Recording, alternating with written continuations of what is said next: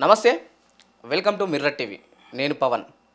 రేపు రాష్ట్రంలో ఏం జరుగుతుంది? ఎందుకంటే ఒకవైపు గురుకులాల్లో కంటిన్యూగా పిల్లలకు ఫుడ్ పాయిజన్ జరుగుతుంది.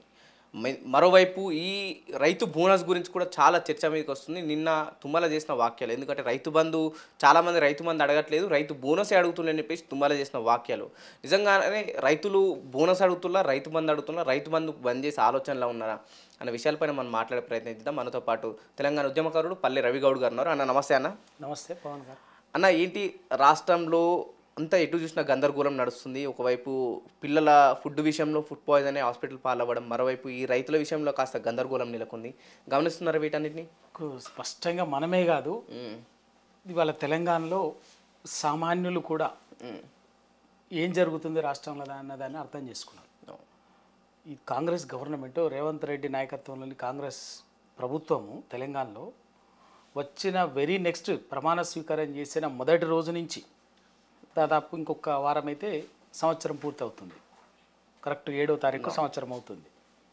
ఈ సంవత్సరం పాటు పరిపాలనని గాలి కొదిలేసి ప్రతిదీ రాజకీయం చేయటం, ఆ రాజకీయం కూడా చిల్లర మల్లర చౌకబార్ రాజకీయం. తెలంగాణ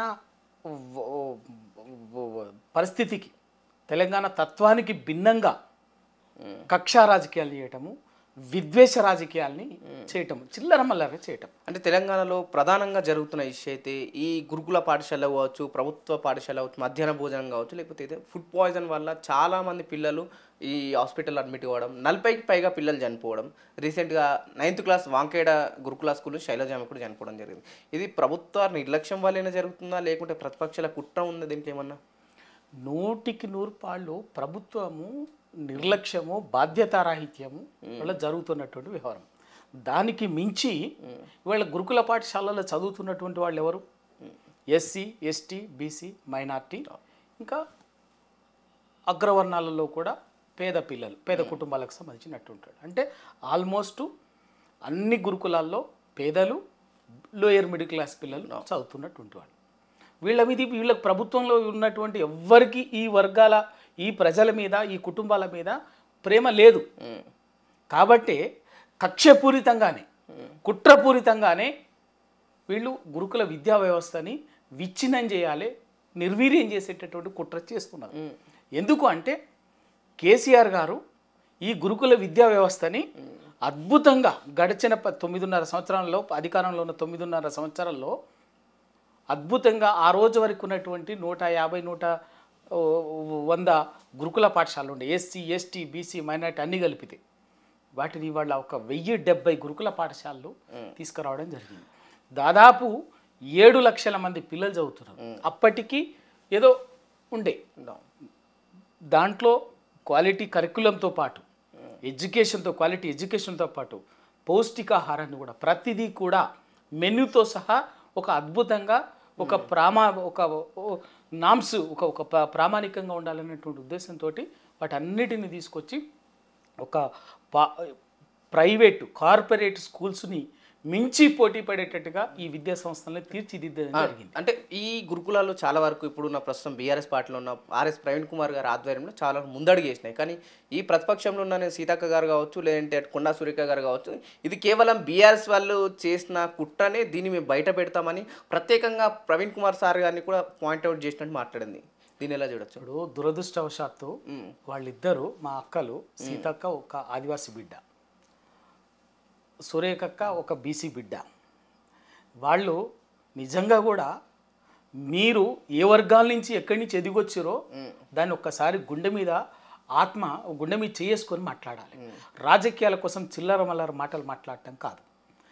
ఏ విధంగా గడిచిన 9.5 సంవత్సరాల్లో కేసీఆర్ గారి నాయకత్వంలో గురుకుల విద్యా వ్యవస్థ ఇంత అద్భుతంగా, దేశంలోనే ఒక అద్భుతమైనటువంటి విద్యా వ్యవస్థగా గురుకుల విద్యా వ్యవస్థను తీర్చిదిద్దింది.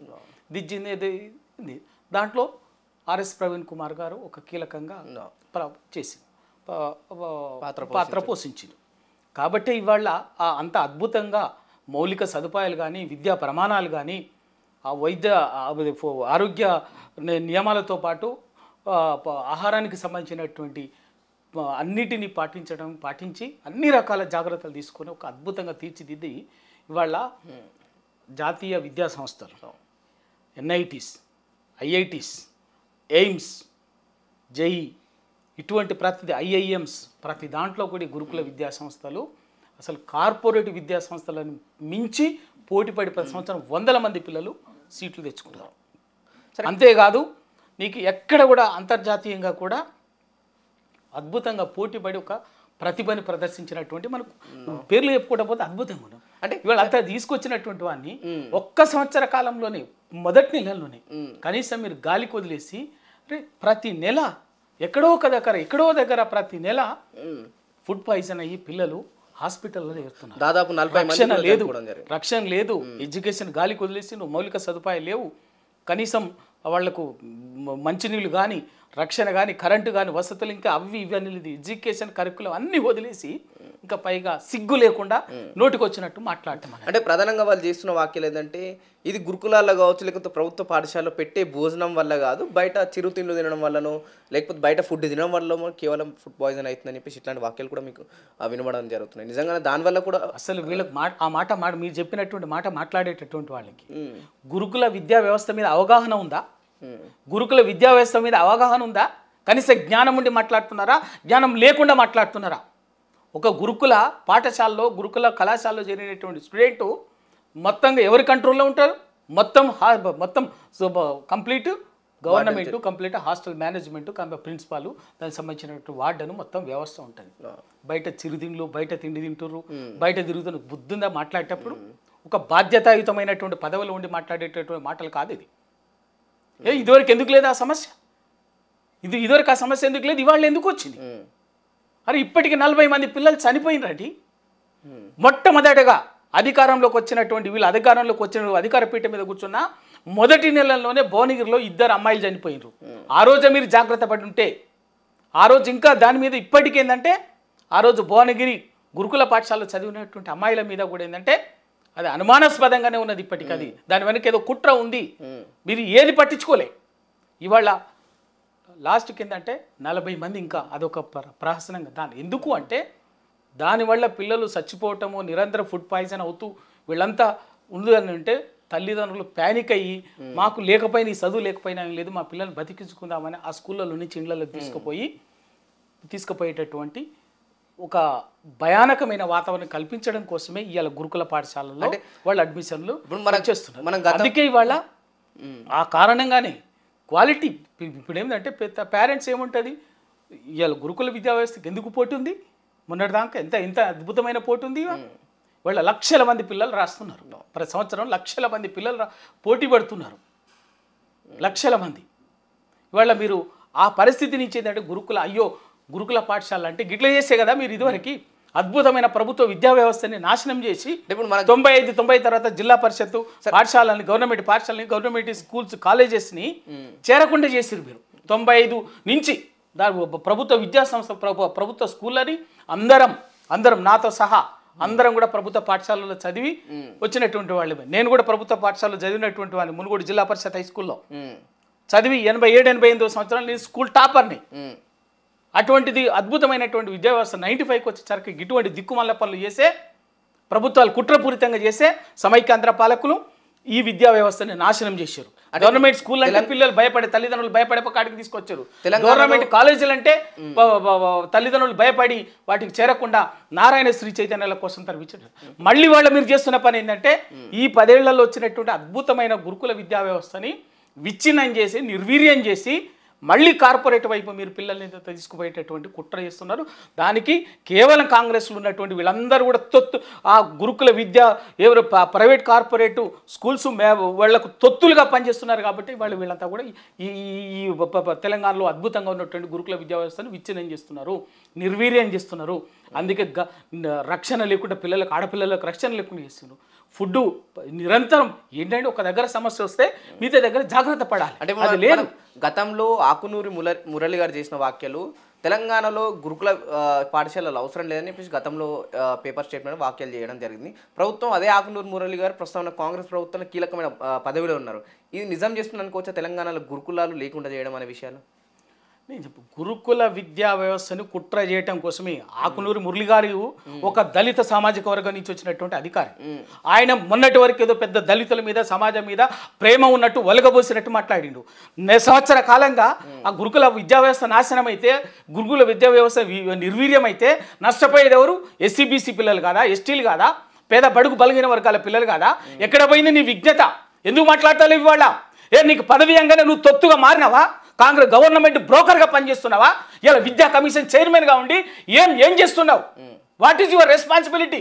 What is your social responsibility? What is your moral responsibility? ఎందుకు మాట్లాడతలేరు? మొన్న గడిచిన కాలంలో పెద్ద ఎగేసుకొని తిరిగింది కదా ఆయన. నా అంత మేధావి లేడు, నా అంత సమాజ రక్షకుడు లేడు, నాకు మించి ఈ బడుగు బలిగిన వర్గాల పట్ల ప్రేమ లేదని మాట్లాడినటువంటి ఇవాళ చనిపోతున్నటువంటి 40 మంది పిల్లల్లో ఎవరో లెక్కలు తీయండి. బడుగు బలిగిన వర్గాల పిల్లలు కాదా? ఎందుకు మాట్లాడరు మీరు? మీ గొంతులు ఎందుకు పెగలవు? మీ చిల్లల వల్ల మీరు రాజకీయ కాంగ్రెస్ పార్టీకి తొత్తులాగా పనిచేసి, కాంగ్రెస్ పార్టీకి ఏజెంట్లలాగా పనిచేసి ఒక తెలంగాణని విచ్ఛిన్నం చేయడం కోసము, తెలంగాణలో ఉన్నటువంటి తెలంగాణ సమాజాన్ని ఒక విఫల రాష్ట్రంగా మార్చడం కోసము ఆకునూరు మురళి లాంటి వాళ్ళు చాలామంది ముసుగు వేసుకొని దొంగలాగా ఒక ఆంధ్ర దళారులకు బ్రోకర్లాగా పనిచేసిరు వీళ్ళు. అంటే పిల్లలు చనిపోతున్న మేధావులు మాట్లాడకపోవడం ఇది తెలంగాణకు ద్రోహం అనుకోవచ్చా? ఖచ్చితంగా. వీళ్ళు తెలంగాణ గడచిన 9.5 ఏళ్లలో వాళ్ళంటే నేను కూడా మాట్లాడిన ఆ రోజు పొరపాట్ల. కానీ ఇవాళ మీరు ఎందుకు నోరు మూసుకున్నారు? ఇవాళ ఎందుకు మాట్లాడతలేరు? ఇవాళ గురుకుల విద్యా వ్యవస్థ విచ్ఛిన్నమవుతుంది, నిర్వీర్యమవుతుంది. 40 మంది పిల్లలు చచ్చిపోయిన 11 నెలల్లో నిరంతరం ఇక్కడ రాష్ట్రంలో ఉన్నటువంటి ఏదో ఒక మూలన గురుకుల పాఠశాలకు సంబంధించినటువంటి పిల్లలు హాస్పిటళ్లలో ఫుడ్ పాయిజన్ అయ్యో, ఇంకో సమస్య వచ్చో, ఇంకో సమస్య అనారోగ్య సమస్య వచ్చేస్తే ఇవాళ నిరంతరం హాస్పిటల్లో 100 మంది ఉంటున్నారు, కళ్ళ ముందు చచ్చిపోతున్నారు. మీరు ఎందుకు మాట్లాడరు? పెద్ద కన్సర్న్ సిటిజన్స్గా ఏదో అని చెప్పేసి పెద్ద మాటలు మాట్లాడారు కదా. ఇవాళ ఎక్కడ పోయింది మీ కన్సర్న్? ఈ వర్గాల పట్ల మీ ప్రేమ ఎక్కడ పోయింది? తెలంగాణ పట్ల మీ బాధ్యత ఎక్కడ పోయింది? ఇవాళ ఎందుకు మాట్లాడతలేరు? ఒక్క ఆకునూరు మురళే కాదు, అటువంటి వాళ్ళు చాలా మంది మాట్లాడాలి. తప్పకుండా తెలంగాణ సమాజానికి సమాధానం చెప్పాలి. వాళ్ళు కూడా రాజకీయాలు చేయడం కాదు, రాజకీయ పార్టీల కోసం మీరు ముసుగులు వేసుకొని వేషాలు వేసుకొని మాట్లాడటం కాదు. సమాజం కోసం నిలబడండి. ఇవాళ కేసీఆర్ ప్రభుత్వం కావచ్చు, ఇవాళ ఈ ప్రభుత్వం కావచ్చు, భవిష్యత్తులో ఎవరు వచ్చినా కూడా ఏ ప్రభుత్వం వచ్చే పొరపాట్లని లోపాలని ఎత్తి చూపాల్సిందే, తప్పిదాలని ప్రశ్నించాల్సిందే. కానీ వాళ్ళ మీరు కేవలం గడిచిన 9.5 ఏళ్లలో నోటికి వచ్చినట్టుగా ఉన్నది లేనిని ఏదో ఒక చిన్న సమస్య ఉంటే దానికి అభూత కల్పనలు చేసి పెద్దగా చేసి మాట్లాడినటువంటి వాళ్ళు, పెద్దగా చేసి వక్రీకరణలు చేసినటువంటి వాళ్ళు ఇవాళ ఎందుకు నోళ్లు మూసుకొని ఉన్నారు? ఎందుకు మాట్లాడతలేరు? దాని వెనుకున్నట్టు కారణాలు ఏంటి? మీరు మీ స్వార్థ ప్రయోజనాల కోసం ఈ వర్గాల ప్రయోజనాలని తాకట్టు పెడతారా? చెప్పండి. పెదవులు అనుకోవచ్చా? అదే కదా అర్థం. వీళ్ళు మాట్లాడతలేరంటే మీరు ఇలా ఆకునూరు మురళి గారు BC commission, education commission chairman అయిపోయి దానికోసం మాట్లాడు. ఇంకొక ఆయన X, ఇంకొక ఆయన Y, ఇంకొక ఆయన Z. గదే కదా. ఎందుకు మాట్లాడరు చెప్పండి. మాట్లాడాలి కదా, మీ బాధ్యత కదా. ఇవాళ తెలంగాణలో ఆ రోజు ఒక్క ఎన్కౌంటర్ జరిగితే మాట్లాడారు. తెలంగాణ వచ్చిన వెంటనే ఇక్కడ కూడా జరగాలి, పక్కన జరిగితే ఒక్క ఎన్కౌంటర్ అనేది పెద్ద మాట్లాడాను. వాళ్ళ తెలంగాణలో ఈ కాంగ్రెస్ గవర్నమెంట్ వచ్చిన ఈ సంవత్సర కాలంలో ఇదే మన తెలంగాణలో ఒకటే రోజు 7గురిని భద్రాచలం దగ్గర, కొత్తగూడెం భద్రాచలం 7గురిని ఎన్కౌంటర్ చేస్తాంతే. ఏ ప్రజా సంఘం మాట్లాడు, ఏ విద్యావంతులు మాట్లాడు, ఏ మేధావులు గొంతులు పెగలవు. ఇక్కడికి ప్రజాస్వామ్యం కనిపించదు. ఎందుకు చెప్పాలి? తప్పనిసరిగా సమాజానికి, తెలంగాణ సమాజానికి సమాధానం ప్రతి ఒక్కరం సమాధానం చెప్పుకోవాల్సిందే.